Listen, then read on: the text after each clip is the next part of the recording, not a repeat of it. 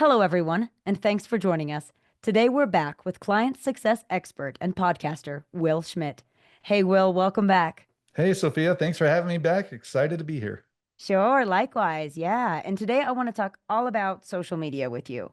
So, Will, let's start off with this. What platforms do you find most effective for promoting a podcast or growing your brand? Right now, I would say the social media that's most effective in growing the podcast and the brand has been a combination between LinkedIn and Spotify. I'll kind of blend Spotify and Apple Podcasts because both are tracking pretty well. Uh, by far, those two were getting the most traction. And I think it's been very illuminating because we actually do a video podcast as well that we put on YouTube. That area we haven't gotten as much traction with, and I think there's some learnings, but using those other two platforms, like we're on everything, we're on all the major platforms, but those two tend to get us the most traction right now.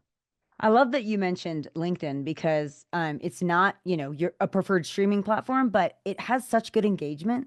And that community, there's a lot of people I feel like on LinkedIn that want to listen to podcasts if you have a Mhm. genre that fits. So I do think that's great. And it's worth creating a page on LinkedIn if our authors don't have one or our future podcasters don't have one.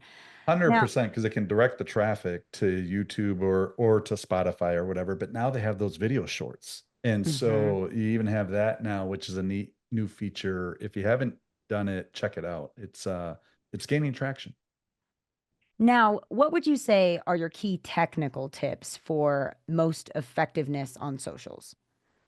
I think sound is a big one, obviously, because the quality of the sound, if it comes across very echoey, or it sounds like you're, in a tin can or whatever, that, you want it to be easy on people's ears to listen. So I think investing in, good sound equipment is important.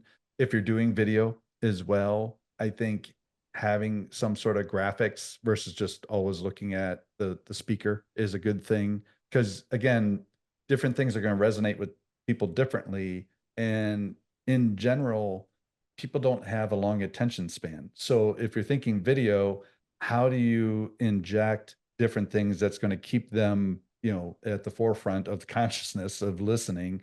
If it's on the podcast, having different things that create like interruptions, so to speak, during the speaking so that they re-engage. I have a partner that I do the podcast with. So we have a natural structure because you have two different voices. If you're doing it solo, can you build out different segments where there's definite transitions or different things that's going to give somebody a mental pause and re-engage?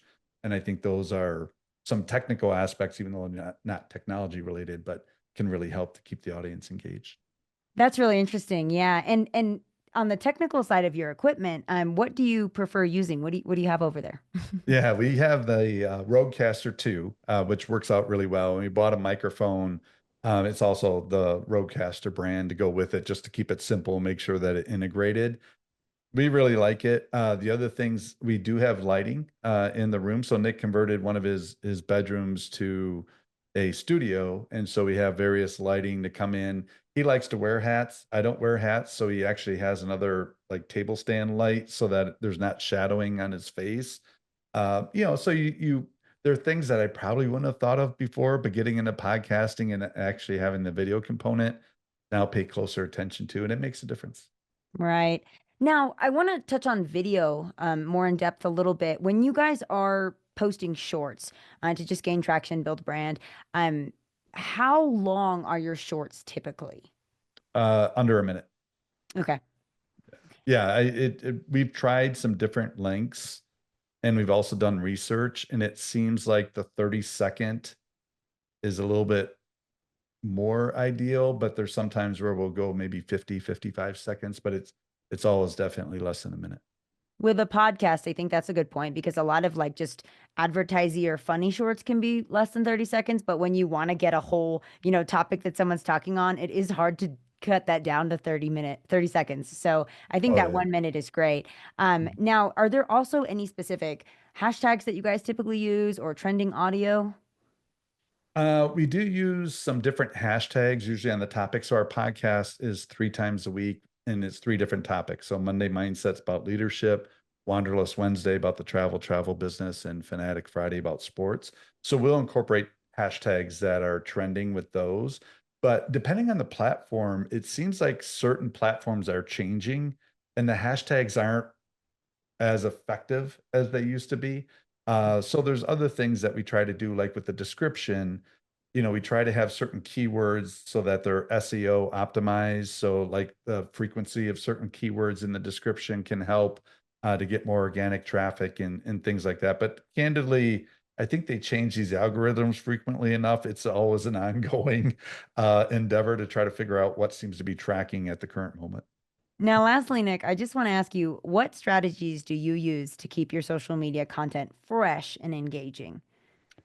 Yeah, I think that's a great question. So the ways we try to keep our social media content fresh and engaging is part of it is the structure of our podcast. So we have three different broad topics. So that in itself, you know, provides variety in what we're posting.